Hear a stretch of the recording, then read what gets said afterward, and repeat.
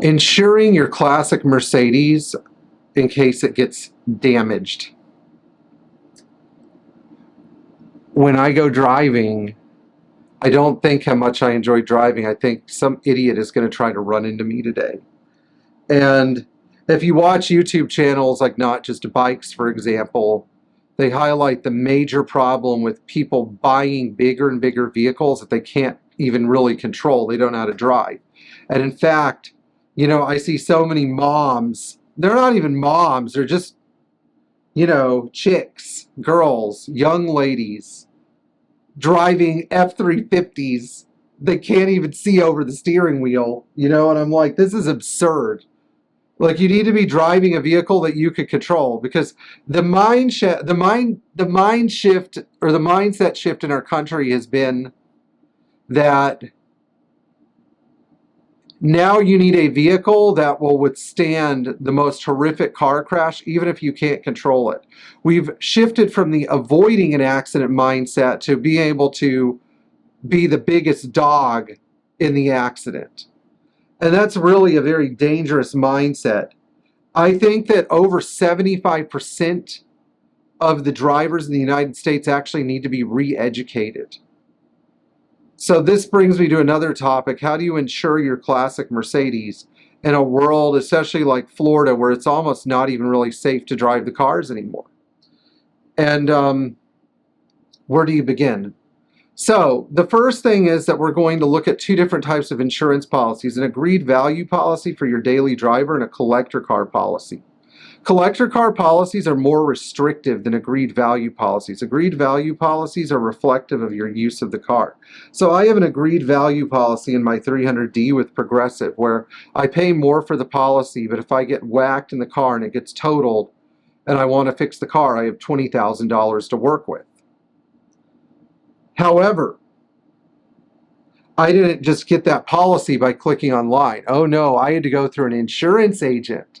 And this brings me to the next part of the conversation. If you have a car you want to protect, you need an agent to protect you through your policy. Insurance agents are what I would consider sort of like the cellular membrane that sort of keeps the insurance policy contained where it needs to be contained. Otherwise, the insurance policy is completely useless, just like a cell is useless without its membrane if it is not written or contained properly. The policy needs sort of this protective membrane to make sure that it stays where it needs to and works in the ways that it needs to work. Insurance policies that are written by the provider, such as Hedary or Progressive or Geico, are only there to do one thing, and that's maximize profits for the company. If you've ever heard of a benevolent insurance company that actually cares about its users, think again. And if you fall for those Hedary commercials where they have like the Mustang Mach 1 toy car that's getting cut in half and blowtorched, if you think that the person on the other end of the phone who's selling you your insurance policy is going to help you, they're not. You have to have an agent. You are cuffed without an agent. If you get my drift, because I can't use that kind of language on YouTube.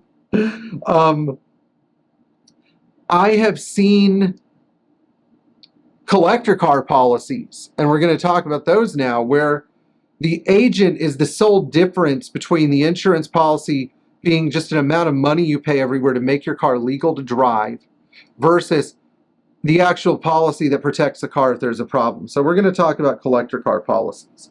First of all, don't try to scam collector car companies by driving your car every day and registering on a collector car policy. That's not good. It's not good for the rest of us that are actually paying for the service because we take it seriously. If you were going to insure your car using a collector car policy, it needs to have enclosed, covered parking with 4 walls. It needs to have a set number of miles you're driving it every year, even if it is 0. And it needs to have a